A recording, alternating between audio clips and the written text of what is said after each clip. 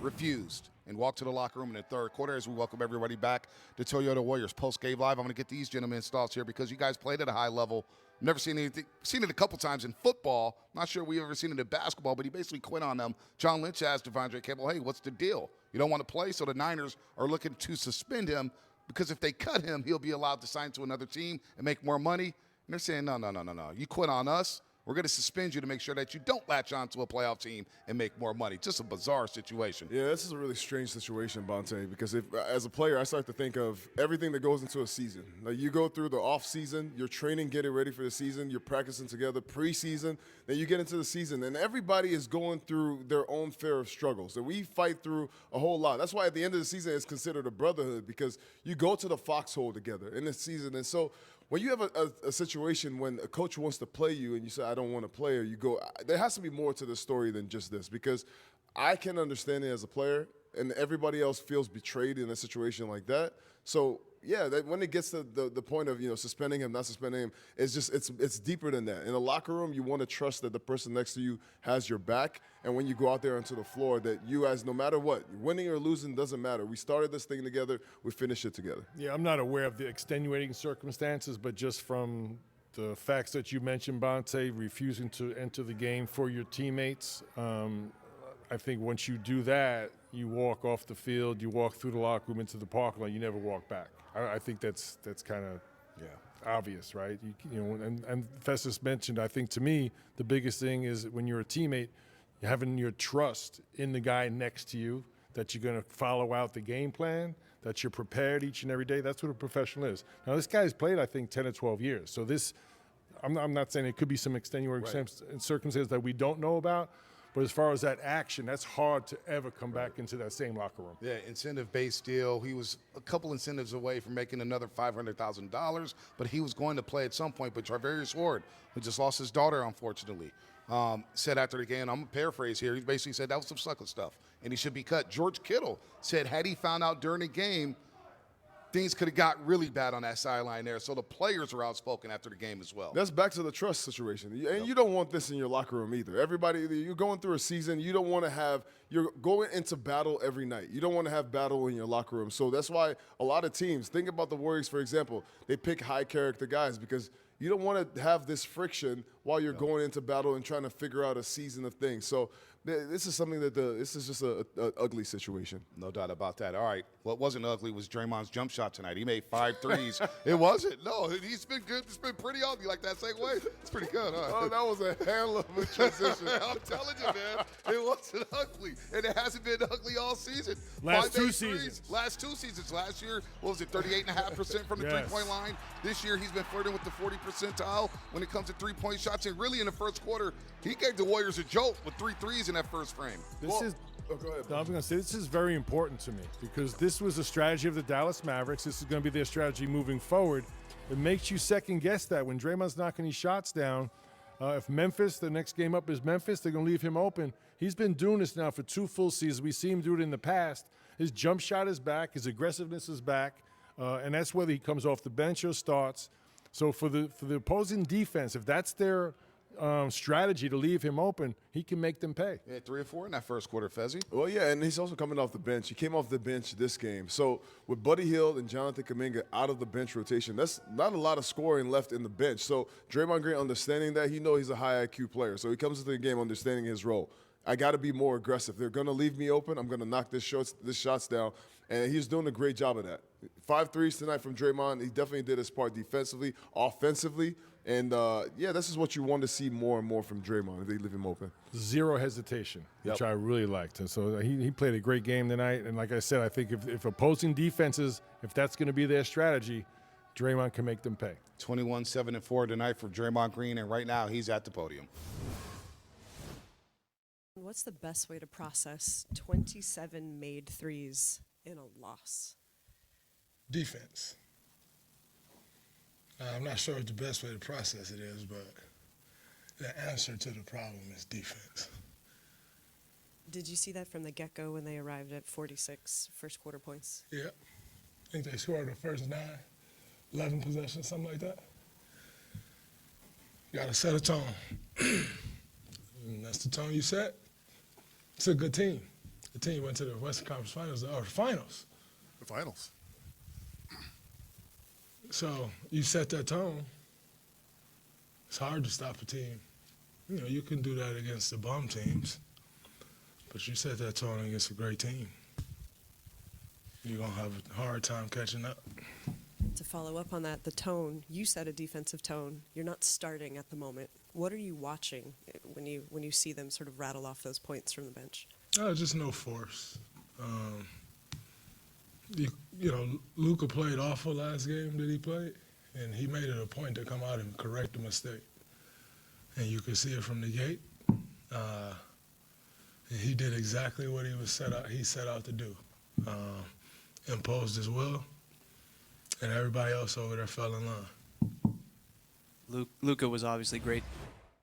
All right, that's Draymond Green, and no lies were told, right, Fezzi? You can see it from the jump. Luka Doncic was very aggressive. He was making every shot. I mean, we talked about them making their first 9 shots, and he was smiling, running down the court. Every time the ball got in his hands, he was very aggressive, getting the ball to the rim. And then from there, everybody else got involved into the game. But Luka was very aggressive. You know that the way this team goes is how Luka goes. He's the leader of the Dallas Mavericks. And tonight, he definitely put on a show for the Warriors fans. Yeah, we always talk about the Warriors dictating pace of play and style of play. Luka did that tonight for the Mavericks. And I think what Draymond's talking about is you come in the game with some team strategies, both offensively and defensively, things you want to attack on both sides of the ball. But there's individual matchups. You have to make everything hard for the guy you're playing.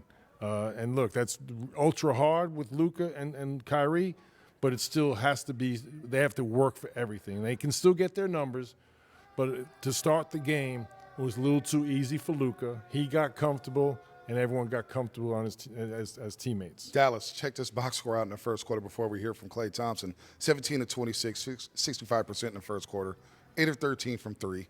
12 assists, 14 rebounds. Luka had his 15. Kyrie with 8. Klay with 6. P.J. Washington 7. And then Quentin Grimes came off the bench with 8 in the first quarter alone. But They that's scored what happens. 46. Yeah, if you don't play with force, they get comfortable. It's as simple as that. You can have whatever scouting report you want to have, but at the end of the day, you got to come in there and you got to impose your will on the other team. This is a great team. They're coming in with the expectation of going to the NBA Finals again. So this is a team that it's kind of a great measuring stick for the Warriors when you're going against 2 great players and a team that's as great as this. And that first quarter was, what, 46-33? 46-33. And basically from then on, it was a pretty even game. The Warriors made some nice runs and played good basketball, but the start of that game dictated the rest of the game. Difficult to play uphill, right, after against a great team here. Now, all right, let's hear from Klay Thompson, who scored a season high, 29 points.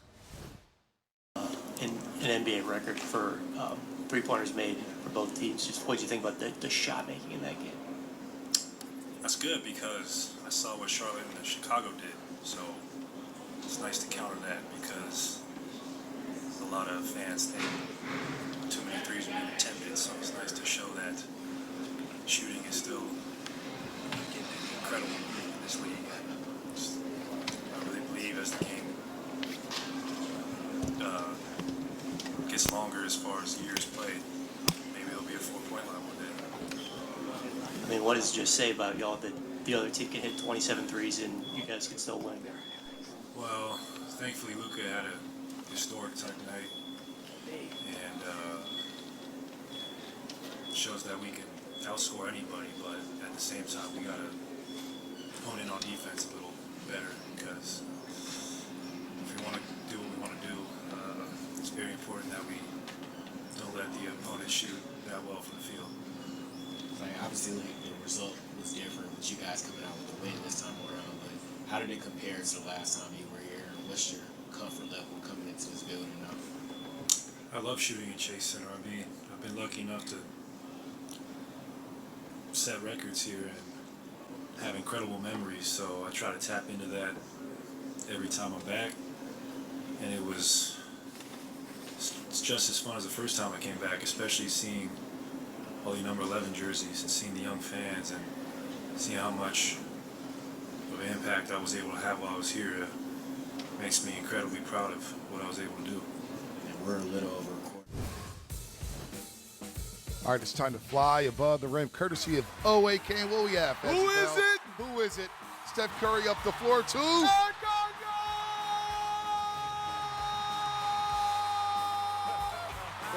Nice steal for Lee. D1 is the third. Nice slam by J.K. Look at the pass to Stephen Curry. That was silky smooth right there. I got lightheaded yelling that hard. 6 assists. Good effort. 3 rebounds. Well, I don't know if you got lightheaded earlier today because of the pregame show. You asked J.K. about the All-Star break. Let's take a listen. Okay. You guys beat the Mavericks around Thanksgiving. What are the keys to beating them again? Not fouling, staying consistent, and just playing hard for 48 minutes. Thank you very much. Appreciate it. Wait. Oh, wait. Wait, I got an extra kind of question for you. okay. All right, I saw you. This is a fun question for you. All right, I saw you just now in warm-ups between the legs. Do we get to see this All-Star Weekend? We want to see you in the dunk contest. JK, say something. No, man. Your face, don't start that. I don't got nothing for these people, man. He's got time to decide. Okay, back to you. Oh, I love man. J.K., man. Listen, you should have seen him. So in obviously he was warming up, and just so easily he puts the ball between his legs and dunks it. And I was like, J.K., come on, you got all these hops, and that's why I get so excited whenever I see him during the game. Air Congo is what I call it when he takes off like that. But J.K. is such an exciting player, and that athleticism belongs on the main stage. I know he said he wants to do it when he becomes an All-Star, but I'm going to keep putting that thing out there. I'm going to keep putting it out there. I'm with you, Fezzi. You know I'll what I keep mean? beating that drum too, Mully. I want him out here All-Star Weekend at Chase Center in the dunk contest. Man, I ain't got nothing for those people. He's got something for us, J.K. Come on, man. I got nothing for on Don't the do that, main Fezzi, stage. Phil. He's got nothing Listen, I had for to these sneak people. that No, he's got question a in. bag. That was a pregame interview with Kareth. Free throws. Warriors 8 of 11. Dallas Mavericks 18 of 25. That was one of the keys. Yep. Keep him off the free throw line. All right, let's break down J.K.'s night, though. He did get to start, and this was the 14th different starting lineup of the season. Warriors have played in 25 games.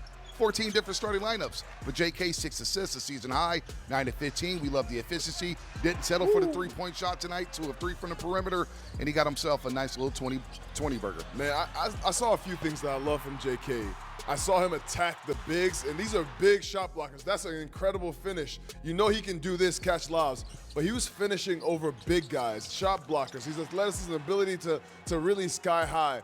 That is something that gives the Warriors an advantage in playing small. If you have J.K. and his ability to jump, then you can really go against big lineups and thrive there and be successful. That's one. Two is I saw him be a playmaker. I think J.K. can have gravity. He has an incredible first step. The same way, I'm not, okay, don't kill me now, all right, America. I say the same way Luka Doncic and Kyrie Irving, they can get past double teams, they can get past the defenders. That's the same thing I see from J.K. His ability to have a quick first step, to get by guys, you got to help on that. And because if you don't help on it, he's going to go to the rim. So if you help on that, his ability to play make is going to be key for the Warriors moving forward. I think he's an underrated passer. Tonight was a good game. To me, Bonte, the biggest thing is his efficiency numbers. He played 29 minutes and 42 seconds. Let's call it 30 minutes. And we know the stat. When he plays 30 minutes or more, he gets 20 points, 5 rebounds. Tonight he had 6 assists. This is what he does when he's on the floor for 30 minutes or more. So Jonathan Kuminga is starting to really trend up. I think he's been doing that his entire career. And hopefully with Schroeder, his role will be more redefined. Because I thought the first 12 games, this team was way ahead of schedule with their roles being defined. They hit a tough stretch. With Schroeder coming in, that should reestablish everything. All right, we listen to you, Mully, and Fezzi Phil. We broke. Good thing we have 3 days off, and maybe we'll find some side jobs as we take a look at the odds presented by Great Resort. Listen, after all these bets that we keep making before the games, I think I looked at my Christmas budget, and all I got for y'all is hugs. Hey, they set a record on May 3. Just be happy with that. Maybe we should have just bet the over. We should have known the threes would have been Way fine over. tonight. It was way over, or nearly 50. All right, the highlight zone coming up here on Toyota Warriors Postgame Live, and there were plenty to choose from. Toyota Warriors Post Game Live.